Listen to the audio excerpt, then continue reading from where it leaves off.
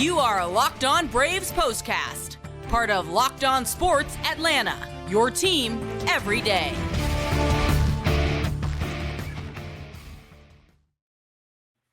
Hello and welcome into the Braves POSTCAST. I'm Grant McAuley. He's Jake Mastroianni. We come to you after a 3-1 Braves win over the San Francisco Giants. A much better night of baseball for the Braves as they found the runs they needed, and they got the pitching that they needed as well. We're going to talk all about that. We'll get you set up for Game 3 of the series. Take maybe a brief look ahead to what the weekend is going to hold for the Braves, which includes a showdown with the Philadelphia Phillies.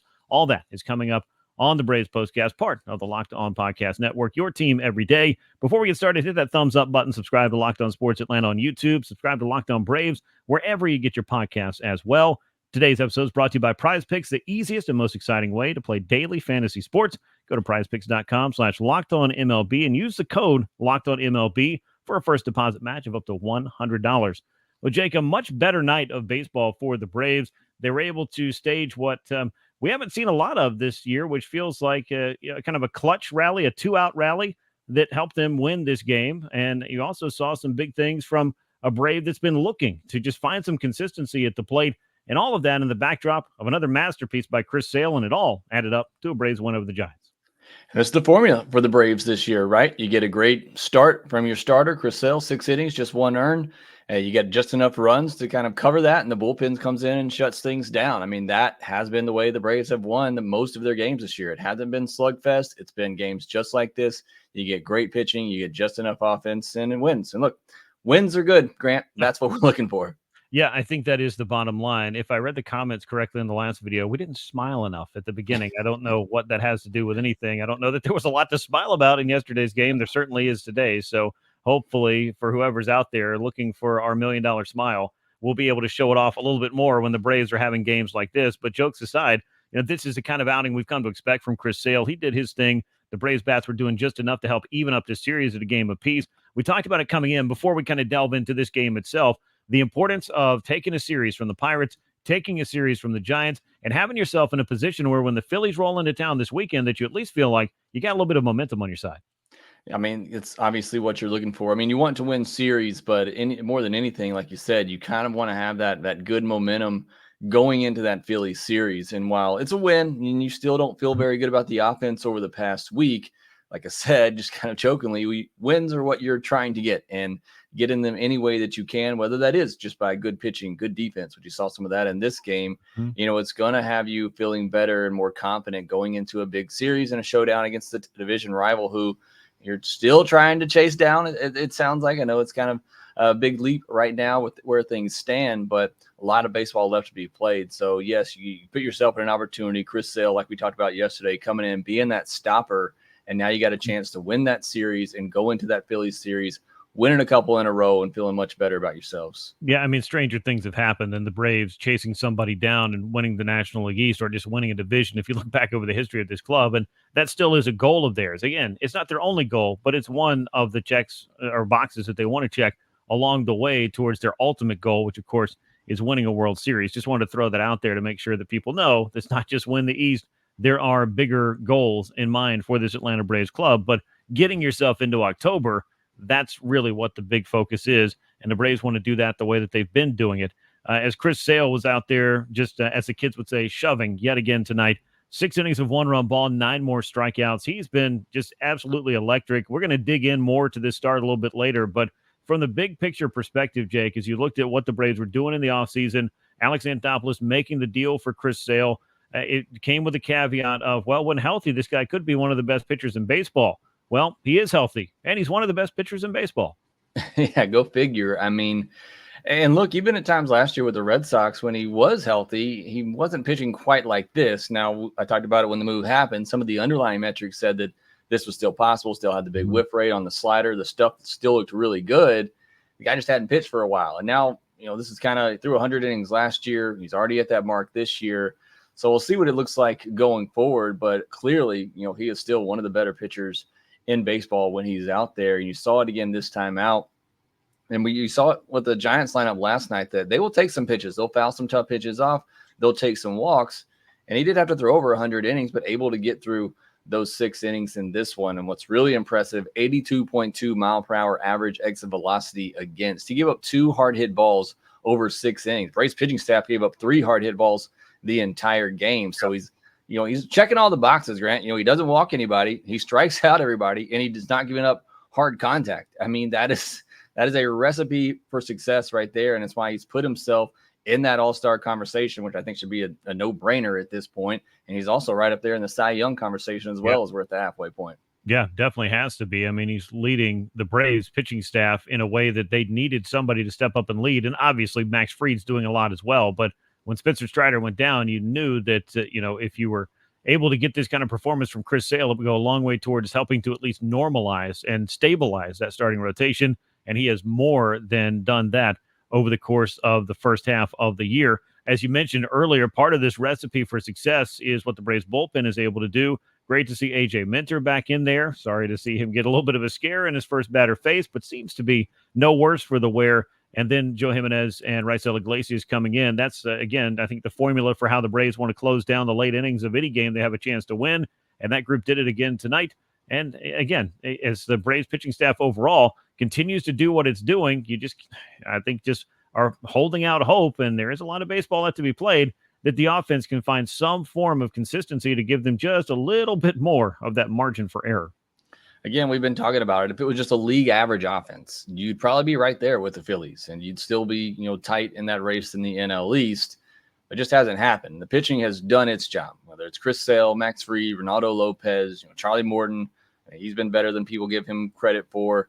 And this bullpen. And now you put A.J. Minter back in there. And, baseball's a funny game. You come back your first game, and the first batter you face, you take one off the midsection there. But, able to get through that inning and the bullpen, Joe Jimenez doing his thing, Raisel Iglesias closing things out.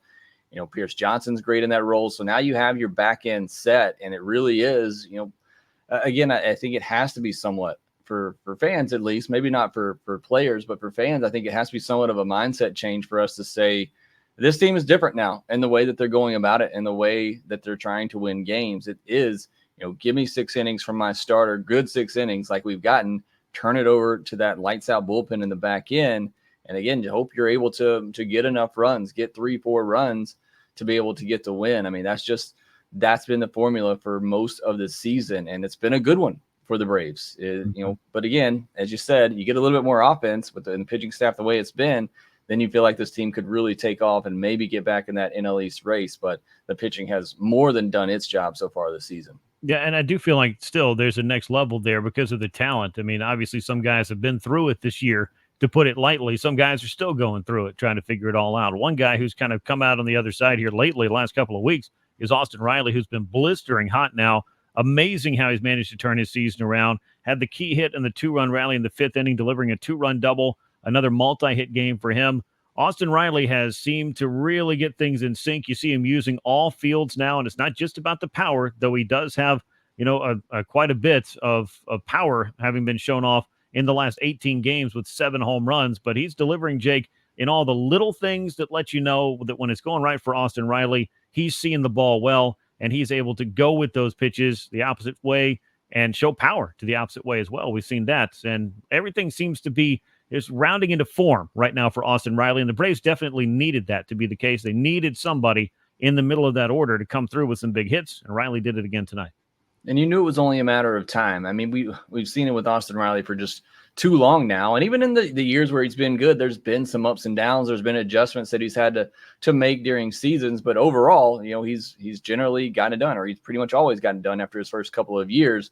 And you knew it was going to happen at some point. And when he heats up like this, he's capable of winning you games, as he did tonight with his big 2 RBI hit that he had. 3 hard hits on the night, got the 2 hits. And as I mentioned, the 2 RBI hit that he had there. And it's just great to see, because you need it, especially with, Zuna and Olsen both cooling off a little bit. They both each had a hit tonight, which was good to see.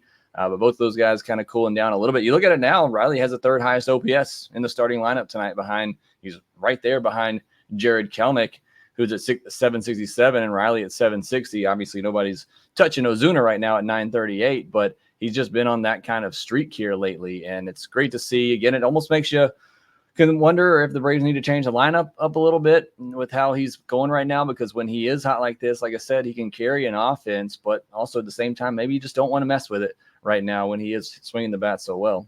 Yeah, I did want to get into that a little bit later, and maybe we just stick a pin in that for right now. But it does kind of make you wonder. I mean, if things were going well, Austin Riley would have never dropped in the batting order. He would have been getting more plate appearances somewhere in that top couple of spots, not the leadoff spot. Obviously, the couple of spots after that, 2, 3, 4, maybe somewhere in there. Maybe there is another shuffle for the Braves to do. We'll talk a little bit more about that as we go along. We'll also talk about another Brave who's been looking for some consistency at the plate, seems to be finding it here lately. That's Adam Duvall, and we'll delve into what Chris Sale did on the mound as he once again delivered for the Braves in this 3-1 win over the Giants. All that is coming your way on the Braves Postcast. Summer travel is heating up, especially travel for baseball games. So it's time to explore those U.S. cities you always secretly wanted to learn more about. Yes, we're talking about your rival cities. With hotels, bed and breakfast, vacation rentals, resorts, and so much more on Booking.com, you might just find your perfect stay even in your baseball rival city. From hotels that overlook the stadiums to family-friendly resorts, Booking.com has so many choices across the U.S. for your summer travel this MLB season. The right stay can make you a fan of any U.S. city, even your rival. Book today on Booking.com, on the site, or the Booking.com app. Game Time is now an authorized ticket marketplace of Major League Baseball, which makes getting tickets even faster and easier. Prices on the Game Time app actually go down when it gets closer to first pitch. And with killer last-minute deals, those all-in prices, views from your seat, and their lowest price guarantee, Game Time takes the guesswork out of buying MLB tickets and has those great last-minute deals. Save up to 60% buying last minute for sports, concerts, comedy, theater, and more. So take the guesswork out of buying tickets with Game Time. Download the Game Time app, create an account, use the code LockedOnMLB. You'll get $20 off your first purchase. Terms apply, but create that account, redeem the code LockedOnMLB for $20 off. Download the Game Time app today. Game Time, last-minute tickets, lowest price, guaranteed. Let's take a look at the line score and the box score for Game 2 of this 3-game series, a 3-1 win for the Atlanta Braves, who are back to 10 games over 500 at 47-37 on the year. Braves with 3 runs on 10 hits, no errors. Atlanta left 8 men on base. The Giants a run on just 4 hits, 1 error, 5 men left on base. San Francisco now 42-45 on the year. Winning pitcher Chris Sale now 11-3. That ties him for most wins in Major League Baseball with Seth Lugo of the Royals. Not a sentence that I thought I would be talking about this year. Chris Sale and Seth Lugo, your Major League winningest pitchers, but that's where we are, approaching the All-Star break for sure. Jordan Hicks took the loss, didn't pitch altogether that poorly. The Braves kind of had him on the ropes a couple of other times, but he was able to kind of minimize that damage. But 3 runs over 5 innings for him. He drops to 4-5 on the year. Save goes to Raisel Iglesias, his 21st of the season. Jake, we talked a lot about Chris Sale, and for good reason this year, because he keeps delivering performances like this. 6 innings, 3 hits, 1 run, 2 walks, 9 strikeouts. Even got in a little bit of trouble in the 6th inning, was able to put out that fire and close it out. 11th win, as I mentioned, is tied for the most in Major League Baseball. He's been delivering the goods all season long, has Chris Sale, and with his latest gem, I think it's just another feather in his cap or another line on that resume as an all-star here in 2024. Yeah, like I said earlier, I think it's a no-brainer that he should be an all-star player. As a fan, I don't know that I want him to pitch in that all-star game, but he definitely should be represented for the Braves there just with the first half that he's had so far. Probably going to get at least one more start. Braves don't have an off day the rest of the way. So we talked about that yesterday with Lopez. It's going to be hard to give him that extra day of rest too as you get to the all-star break here with no off day. So we'll see how the Braves kind of sort that out. But certainly, I think as a Braves fan, you want to see Chris Sale out there as often as you can with how awesome that he's been. But I do think it is a big storyline in the second half for both he and Lopez is how do the Braves manage those innings down the stretch? Do they manage them at all? For Chris Sale in particular, a guy who's, obviously done it a lot, but hasn't done it in a while. But either way, I mean, nothing seems to be affecting him too much right now. Every time out, this is kind of what you expect from Chris Sale. He's had a couple of hiccups here or there, but then he's quickly got back on track in his next start and got on another run. So, and we've seen the strikeouts. Talked about it yesterday. The strikeouts have just been piling up here over the last couple of months, and he's continued that on pace for over 200 strikeouts this season. So it's just fantastic to see for him, the player, to get an opportunity like this after so many frustrating seasons and to see him be able to pitch at this level. It's got to feel great for Chris Sale. Yeah, Chris Sale has definitely shown that there is plenty of tread left on the tire, gas left in the tank, whatever cliche you want to throw out there. He's proven that he has more to offer here in the this stage of his career, where after 5 years of battling injury and just trying to get himself out there on the mound about every 5th day, that was one of the biggest challenges. Now that's working out. Interesting, and I know we can talk about this a little bit more as we set up the weekend against the Phillies and really talk about this throughout the weekend. But it sounds like Reynaldo Lopez is lined up to throw on regular rest on Sunday and make his start in the Phillies series. I wonder if that would mean that Chris Sale would then make his start on the very next day and continue on regular rest as well. But we'll find out as we go along. Either way, each of those men have been a big part of what the Braves have done here in the first half.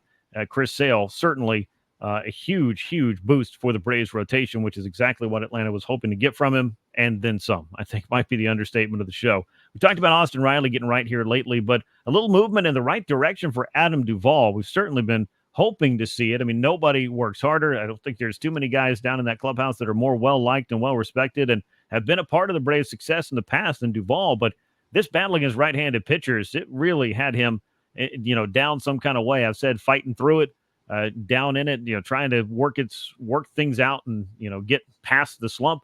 It looks like he's showing some signs of that here on this homestand.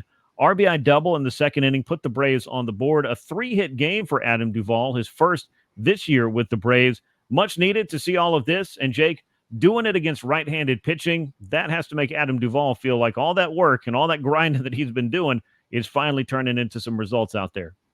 Yeah, great to see for Adam Duvall. Obviously, he's needed it with the struggles that he's had. And look, it's not like he hasn't been working on trying to hit both righties and lefties, but coming into the season, his primary role was to come in and start against left-handed hitting, and maybe just wasn't seeing righties as much early in the season. But now he seems to be kind of getting on track a little bit, and he's had reverse splits at times in his career. So I mean, I don't know, it's kind of odd. The struggles and just how bad he's been so far this season, but good to see him kind of coming around, getting a big hit there, knocking in a run, hoping that was going to be a much bigger inning than it was, but still a 3-hit game for him. And the bats just seem better. I point back to the walk that he had the night before. That was just a great at bat. That's something we hadn't seen from Adam Duvall in a while. So things seem to be ticking up for him right now with the Braves.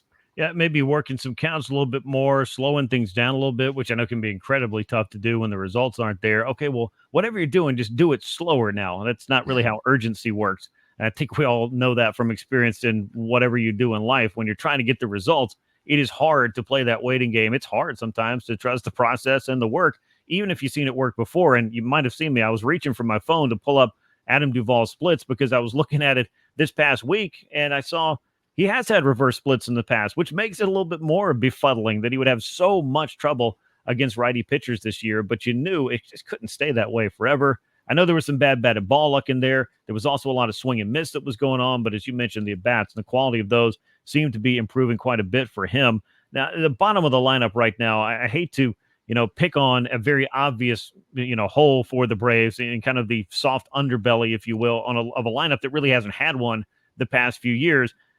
There's not too many clubs out there that have a bench that can withstand losing the kind of players that the Braves have lost, none bigger than Ronald Acuna Jr.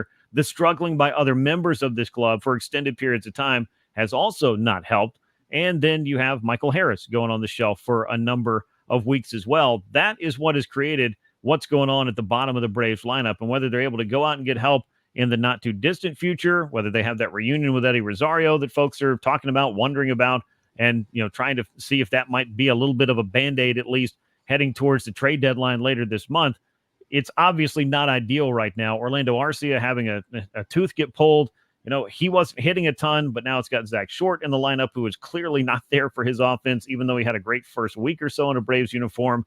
I say all that to say, Jake, it's not ideal, but it kind of is what it is right now, and there's not clubs out there that are throwing away useful pieces at this point in the season for the Braves to be able to backfill after some pretty serious injuries have changed the direction of the Braves lineup. And if that wasn't enough, the struggles that we talk about seemingly every night on this show has also been just a compounding factor, because now you're looking up and down the lineup and feeling like guys you don't even expect much from, well, they're not getting it done either. And I feel like that just kind of, ratchets up the pressure just a little bit more on this lineup, which, again, to, beat a dead horse at this point, it's not ideal, but it's kind of where they are, and it's what they've been fighting through for a while.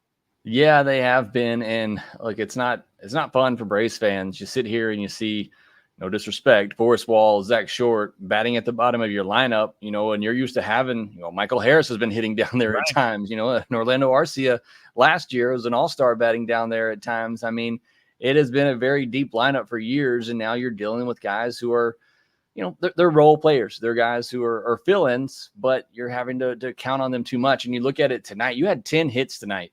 Mm-hmm. 7 of those came from the 3 guys batting in front of Forrest Wall and Zach Short. So those guys were coming up in some big situations. I mentioned the one spot where you had Adam Duvall driving a run there. You had 2 runners on, nobody else, including a runner at third, and Forrest Wall comes up, Zach Short comes up. They both have infield groundouts, and you can't get the job done there either.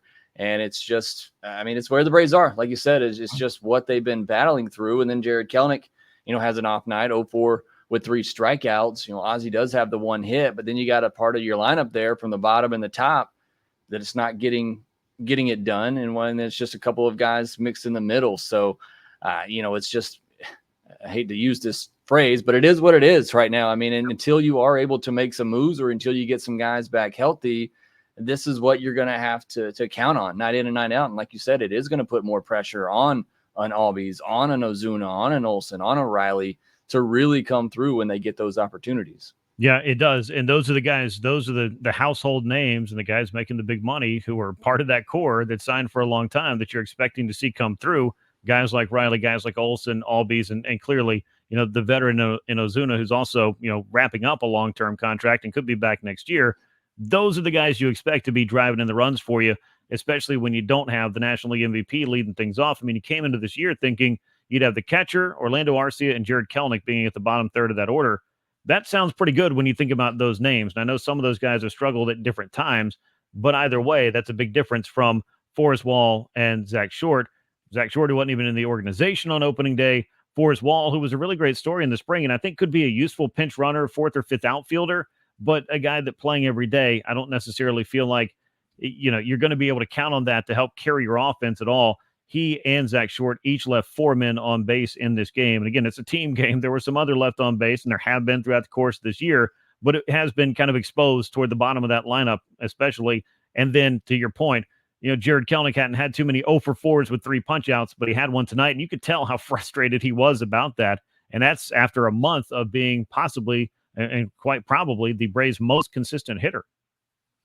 Yeah, it's just, these changes are going to happen, these ebbs and flows. Riley's hot now. Kelnic's been hot for a while, but obviously it's baseball, and you're going to have some ups and downs. You're going to have to make some adjustments, and certainly no concerns, obviously, with Jared Kelenic and what we're seeing in one night or maybe, a couple of games here. He's going to get back on track. I know he had the spot the night before, wasn't able to come through in that spot, but he's been fantastic, certainly, and the Braves have needed him over this last month to give them anything offensively when they haven't gotten much else. But you do have to look for guys that don't have that track record, and that's I don't know if you want to get into the discussion now of the lineup, and with Riley the way that it's going, and if Kelenic is starting to cool off, I think you have to be weary of that. For, like I said, a guy that doesn't have a track record, Riley does. What Riley can do when he's hot. So we'll see what happens with that. But just an off night for Kelenic.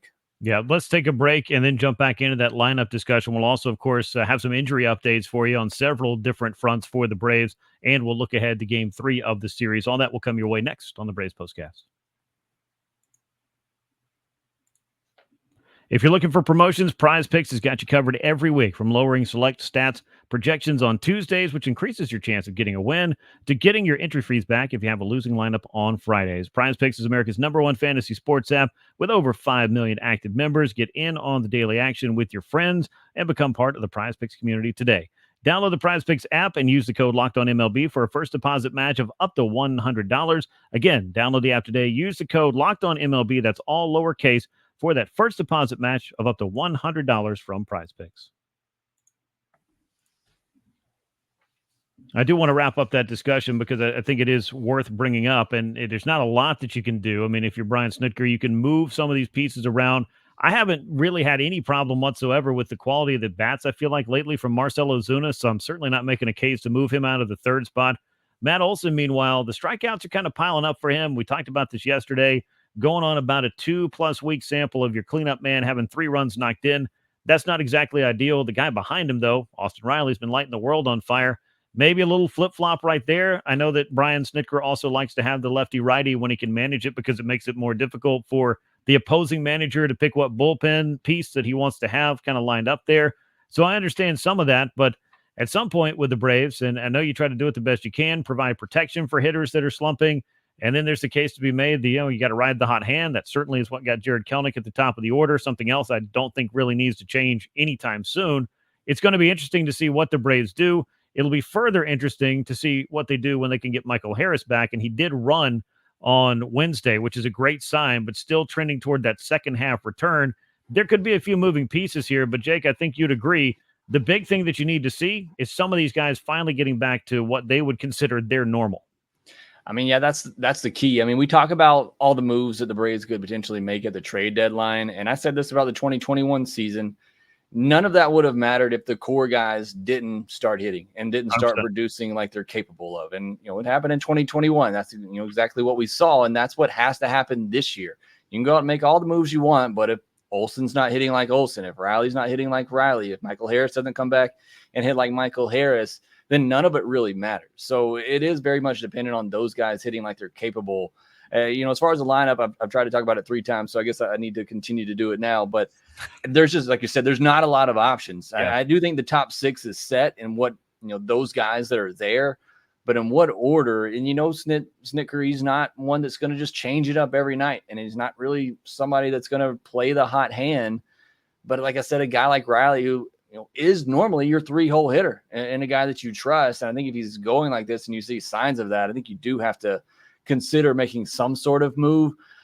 Ozzie Albies is the one I look at. I've never really loved him in the 2 spot. I know he's had some pretty good numbers there, but he's just not a high on base guy.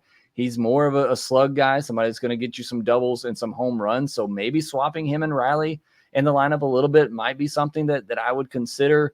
But again, it's just, there's really no great strategy, I think, especially without Ronald in there. I mean, Ronald is just your guy at the top. And without him at the top, it's really, there just aren't many great options.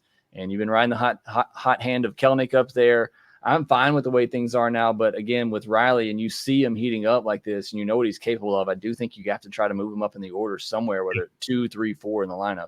I agree. I mean, whatever the case may be, I mean, maybe it's Riley hitting third, Ozuna hits cleanup for a while. You let Matt Olson maybe slide down, take some pressure off of him. I've talked to these guys, through the highs and the lows. I had somebody ask me about that on social media yesterday. Why is nobody grilling these guys? I'm like, well, nothing that is going to be asked is going to let them know or make them more aware of what's not happening on the field. They're very aware of it. There's a lot of accountability there. They'll stand there and answer those questions. There's just no end game to asking it every day, because no one's more aware of what's not happening right now on the field, I can promise you, than the guys who it's not working for, especially ones who are accustomed to very, very different results not all that long ago. So maybe moving around a couple of pieces could help out. And again, getting Michael Harris back would certainly be helpful. And you'll see if some of these guys are able to course correct and really just find the consistency. I think that's been the word I've used more. I think I've used the word consistency and baffling more times this year than I have at any point in my life, certainly any baseball season. That's for sure. A couple of other injury updates. Still no Orlando Arcia. Had that abscess tooth pulled, was dealing with an infection as well. So he's day-to-day. We'll see if he's going to be back in there before the series is over, or we might not see him until the weekend. That kind of all depends. Down on the farm, though, A.J. Smith-Shawver began his rehab assignment with Rome. 2 innings, 4 strikeouts, did give up a solo homer, but nothing else. That's his first game since May the 23rd. Jake, you couple that with the recent rehab assignment of Ian Anderson, the Braves could be getting some options back. And I know you brought it up earlier, and I know you and I have talked about it a lot. How do you manage those innings? The 6-man rotation was a thing the Braves were trying at least for a couple of 3 weeks to help them out with that. When you have Ian Anderson and A.J. Smith-Shawver as options, the Braves might be able to figure out a way to kind of take some of the load off of particularly Reynaldo Lopez and perhaps also Chris Sale. Certainly some options for the Braves, some really good options that you could be getting back, after the All-Star break. And as you get towards the deadline, I think it takes away possibly a need that you might have had to want to go out and maybe get some depth in the starting rotation. I never thought the Braves would go out and get a frontline guy. And I don't think it's needed with Fried and Sale and Lopez, the guys you have. But, that could be some options for the Braves down the stretch to give them some depth to help them get down, the last 2 or 3 months of the season. We'll see if they're able to do that. You mentioned how the starting rotation is lined up. Charlie Morton is going to be the man on the mound in Game 3 against the Giants. He's 5-4 with a 3.89 ERA. Righty Logan Webb, one of the better pitchers for the Giants, going to be on the mound in the finale, 6-6, a 3.12 ERA. Independence Day matchup will be a 7:20 p.m. Eastern time first pitch. Fireworks, I'm sure, to follow. Braves lineup would like some fireworks during that game to help out Charlie Morton as they try to take 2 out of 3 from the Giants and have a little bit of momentum heading into that Phillies series, which of course looms over the course of the weekend. What will the National League East standings look like going into that series? What will they look like coming out? Those are things we'll talk about on future episodes of the Braves Postcast as we are all done with this one. Make sure you subscribe to Locked On Sports Atlanta on YouTube. Leave us those likes and comments. Share the show with a friend as well. And subscribe to Locked On Braves wherever you get your podcast. Once again, the Braves with a 3-1 win over the Giants. They'll look to take 2 out of 3 on July the 4th. Hope you and yours have a very happy and very safe Independence Day. And for Jake Mastroianni, I'm Grant McAuley. We will catch you next time. And until then, so long, everyone.